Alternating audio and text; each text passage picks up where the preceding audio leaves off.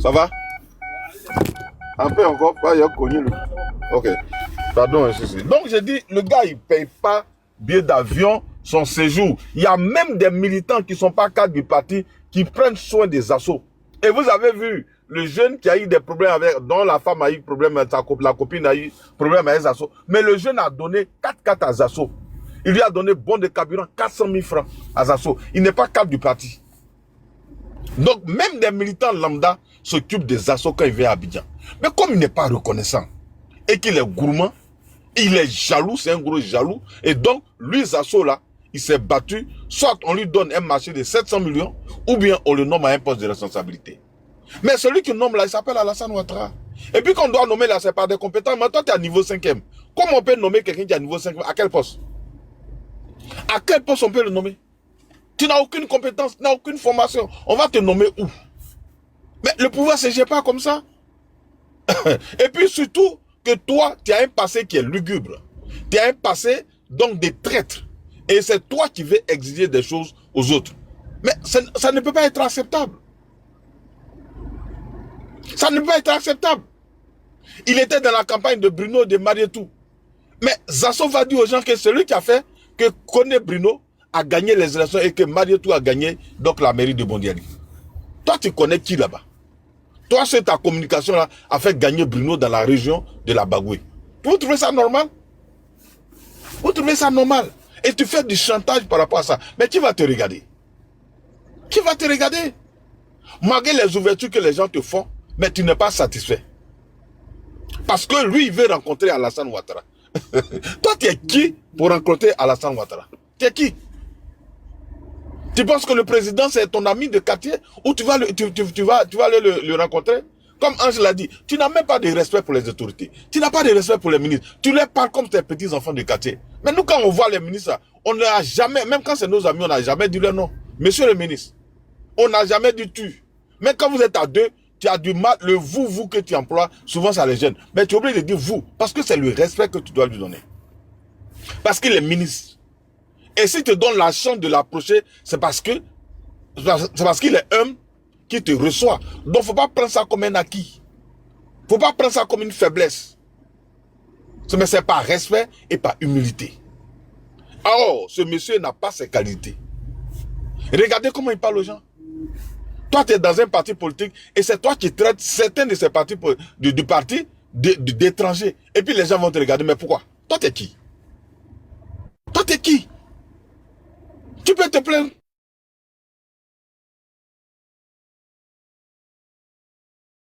Mais pas, donc, attaquer les gens personnellement sur leur identité. Et tu veux que les gens s'asseyent là pour te regarder. Pourquoi? Pourquoi ils vont t'asseoir là pour te regarder? Tu mérites quoi que qui dans ce parti? Tu mérites quoi que qui? Alors que hier, en 2010, 2011, tu étais avec les pro-Gbagbo à Yopougon. Vous étiez ensemble pour faire les meetings, pour galvaniser donc les miliciens à l'effet donc de s'attaquer aux militants du RDR. Mais tout ça, on n'a pas donné. Tu es venu, on t'a donné la place qu'il faut. Les gens te reçoivent, ils te donnent ce que tu veux. Mais toi, tu dis non, tu veux la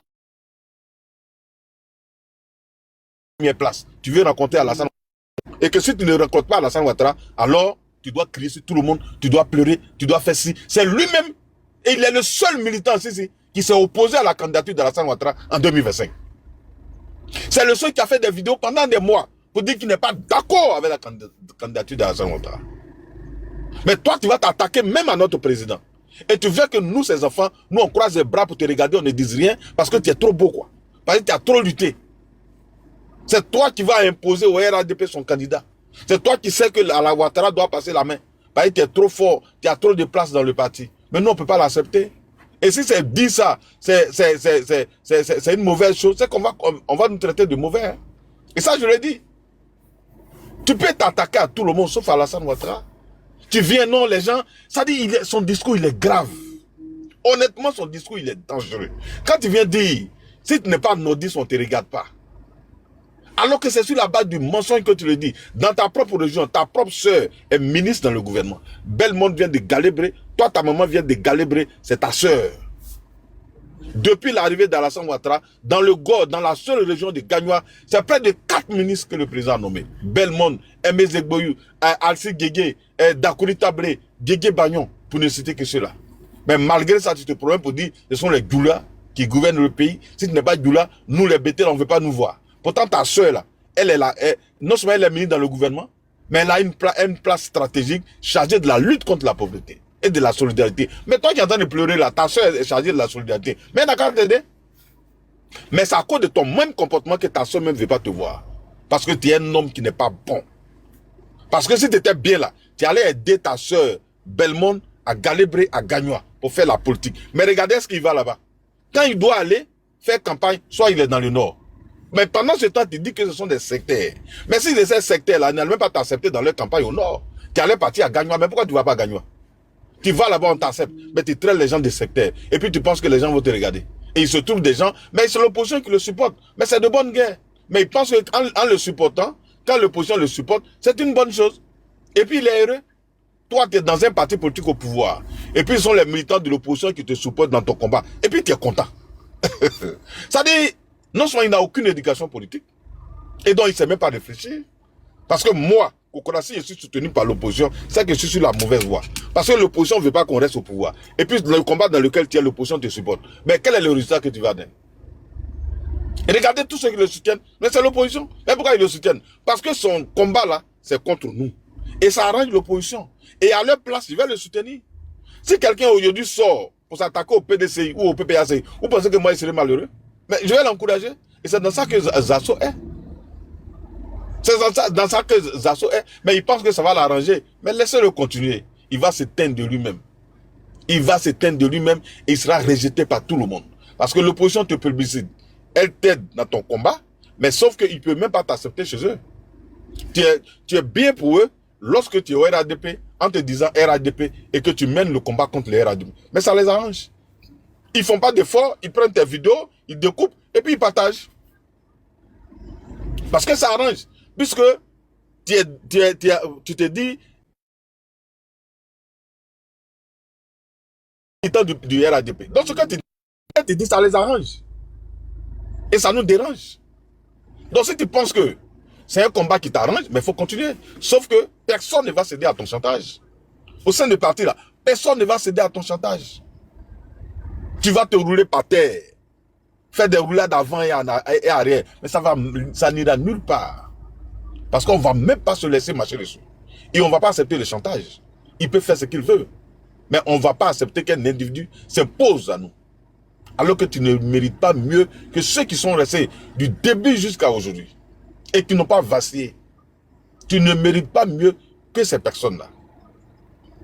Donc, vraiment, il faut que ce monsieur se calme. S'il ne se calme pas là, ce qu'on va faire sortir sur lui là, peut-être qu'il ne va même pas s'en sortir. C'est parce que les gens nous calment.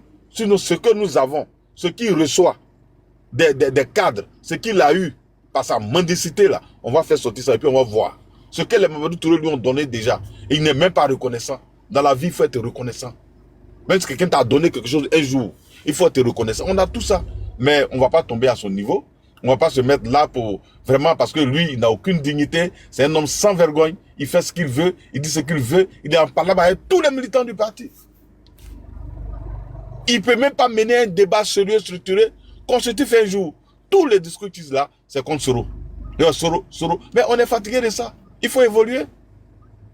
Il faut évoluer dans le débat, dans le discours. Qu'est-ce que toi, tu peux apporter au RADP? Qu'est-ce que toi, tu peux apporter? Intellectuellement, tu es nul, tu es zéro. Tu as un discours univoque. Ça ne change jamais. Tu n'es pas compétent, tu n'as rien, tu n'as aucun diplôme et c'est toi qui vas t'imposer aux gens. Donc si je m'arrête là pour dire, vraiment, ce monsieur, je pense que il va s'éteindre très bientôt et on ne va pas le laisser continuer donc d'agir ainsi en salissant inutilement le parti et en jetant l'anathème et le discrédit sur nous. Merci, Cécile. Ok, merci. Merci beaucoup, doyen Kokora. Merci pour ta prise de parole. On est